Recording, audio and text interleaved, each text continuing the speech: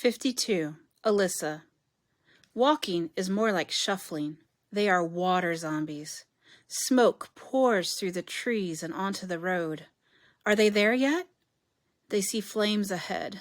Which is worse, death by flame or death via dehydration? Kelton suggests they go around through the forest, but they can see the water. It's right there. Or is that just a mirage? They feel an explosion behind them. It's the truck, blown to smithereens. Jackie refuses to take a detour. She looks down at her boiled hands, shrugs, and goes on down the road. Alyssa watches her walk away through the smoke and knows that they should have stopped her. 53. Jackie. It's hot, but water lies ahead. She'll be the only one to get water because she's the only one willing to face the fire. She falls over a burning branch. Flaming trees surround her. She pushes herself up to a crouch and runs. The call of the void pushes her to run faster, and she is afraid. She fights and runs and hopes that she'll be rewarded. 54. Alyssa. Alyssa, Kelton, and Garrett are only just keeping ahead of the fire. Alyssa fights visions of the beach. She sees the water's undertow and waves. She shakes it off and wishes it was water and not fire that was chasing them. Garrett gets a little ahead. Kelton struggles.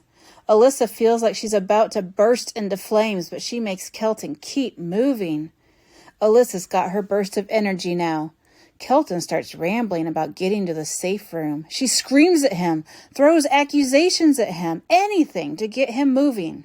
It works. They crest the hill. They can see the reservoir, but it's surrounded by fire. Kelton collapses. He's minutes from death. Garrett gets Alyssa's attention, and there's utter despair in his voice. It's not a hill they crested. It's a cliff. They're not going to make it. Alyssa knows the worst way to die is by fire. They're not leaving the world that way. She pulls out the gun. Snapshot. LAFD Bombardier. A water bomber is filling up his tanks from the reservoir and flying over the flaming forest, dropping water bombs. He sees a girl running into the flames. He sees 3 kids atop a cliff, surrounded by fire. 55. Alyssa. Before she pulls the trigger, she hears the plane. Is the smoke being squelched by water? Yes! It's a huge gush of water. She hurls the gun to the ground. She and Garrett lunge for the indentations in the stone, which are now full of water. As she begins to gulp it down, she remembers Kelton. She catches what water she can and dribbles it into his mouth. It's not enough. She sucks in the water and spits it into his mouth. She laughs, imagining what the Alyssa from a week ago would have to say about that. It works.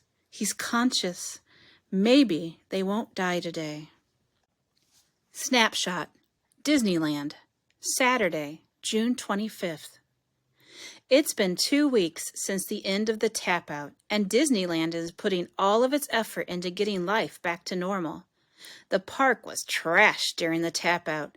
Concession stands and restaurants were torn apart and looted.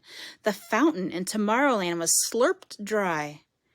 Disneyland's big claim to fame through the crisis was that no one died there. That's more than can be said for the rest of Southern California.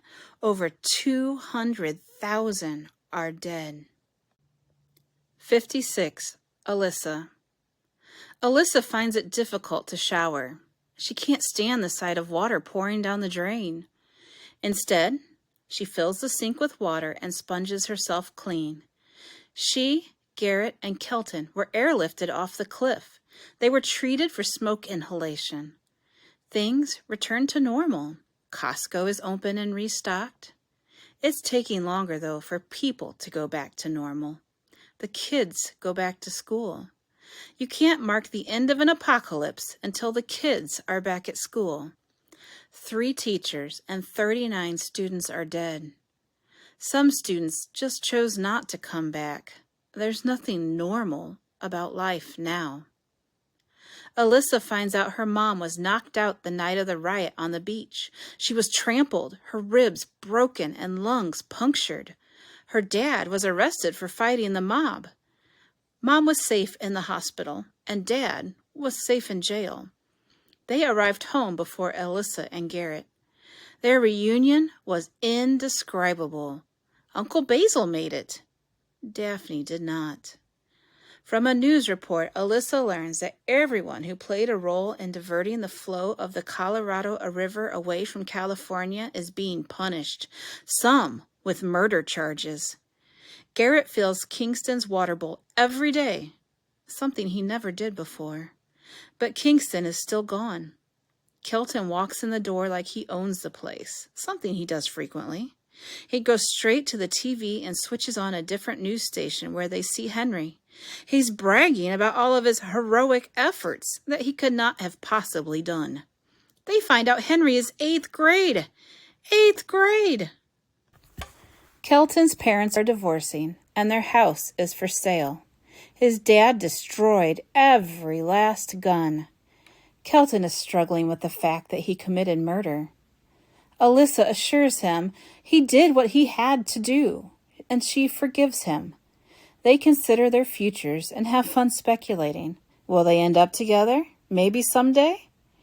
Alyssa's dad drives them to the burn unit at Foothill Hospital after Alyssa's mom got a call from the hospital. A girl in the burn unit named Alyssa as her emergency contact. Jackie survived. Wasn't it Jackie who told us the human body is 60% water? Well, now I know what the rest is. The rest is dust. The rest is ash, its sorrow, and its grief. But above all that, in spite of all that, binding us together is hope and joy and a wellspring of all things that still might be.